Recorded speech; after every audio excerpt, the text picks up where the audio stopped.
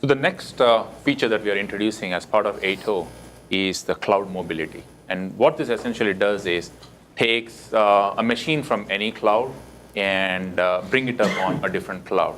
It could even be a physical machine on a data center or a VMware virtual machine, but then you can take the data and bring it up on a different cloud. So essentially what we are doing here is that, as you see here, if it's a public cloud, we treat a virtual machine running in a public cloud as a physical machine, capture the entire, not only the data, but also the system state. Similarly, physical machines as well, we capture that, and then continue with our traditional, our typical mechanism of incremental forever data ingestion, send it over to the other side into the cloud. But in the cloud, what we do is that a very unique thing. One, obviously we can do an instant mount of the data, as you saw so far in the demos today. But now we can also manipulate that system state that we captured on the left-hand side to make it compatible with the native hypervisor on the right-hand side, right? So as an example, here you see an AWS or a VMware cloud.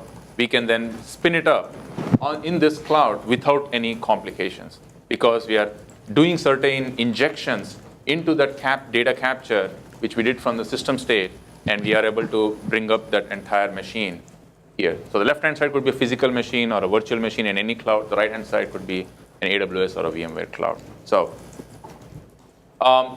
in this case, you needed Actifio Sky software running in the cloud, but you also have a second mechanism wherein you don't even need Actifio Sky running, because you're sending the data straight away to object storage, and only at the time where you want to access or spin up that entire machine in the cloud, that's when you bring up an Actifio Sky of an AMI on demand and then do those instant recoveries or access of the entire machine in the public cloud.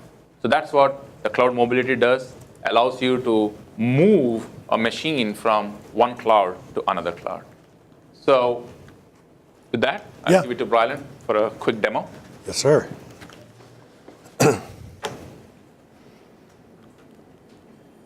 So I will log into my, where am I going here? Global Manager. Too many windows open as usual. And I will go into my application manager here to browse all the applications that I have. In this case, I'm going to look for a VMware VM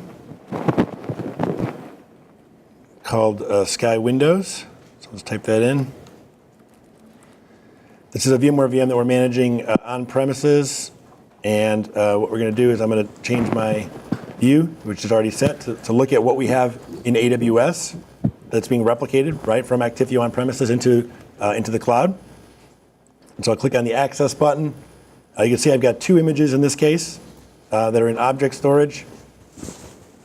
We can choose to access the data like I showed you before, but in this case we're going to recover the system to do that conversion from virtual machine, VMware format into AWS format. And so before I click the button, let me just log into AWS here so we can watch that and look at my EC2 instances. We've got 14 running right now. Let's put a little filter on here. Got 3 of these that start with the word SA. I'll put that over there on the right. And then we're going to give this a new name of SA, TFD. You can set different parameters, obviously memory, CPU.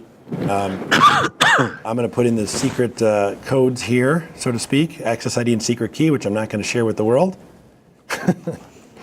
To put some thought into how to do that using a password manager here. Yeah. And it's going to assign a subnet ID and a security group ID in Amazon. And once you have everything set up with how you want to bring that VM in AWS, again, it's going to start a job. It's going to give you a little job monitor. It's going to start the process of converting. In this case, again, we're reading the data from object storage. We're provisioning an AMI, copying the data over, doing the system state recovery, rebooting it, right, and setting the networking as a part of that process. So anyways, we're not gonna watch this finish. It'll take a few minutes. We're a little bit behind time here, but we're gonna create a. It's all our fault. No, okay, it's all my fault. It's a good discussion. I contributed. So anyway, that's the gist of it. We're gonna bring the virtual machine up in AWS, make it available, boot it up, and apply the system state to it, and then present any data volumes that are required right into it. So that's a bit of a related question. Do you guys have anything to monitor the costs of across the various clouds for the consumption, or is that still up to the customer to manage that? Yeah. Jenny, you've It's built up to some the models, customer right? to manage that, depending on what cloud is their preference. We do only software transactions with them, and then from that point onwards, they can spin up our software on any of those clouds, and it's their direct payment between the cloud vendor and them.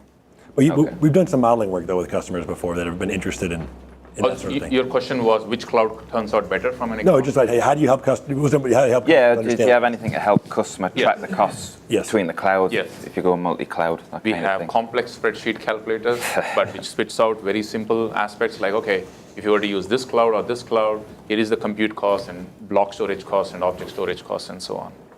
I think there's a report manager which allows you to do lots of stuff, including adding your own capabilities to it. The problem, I think, is everybody gets a different deal. Yeah.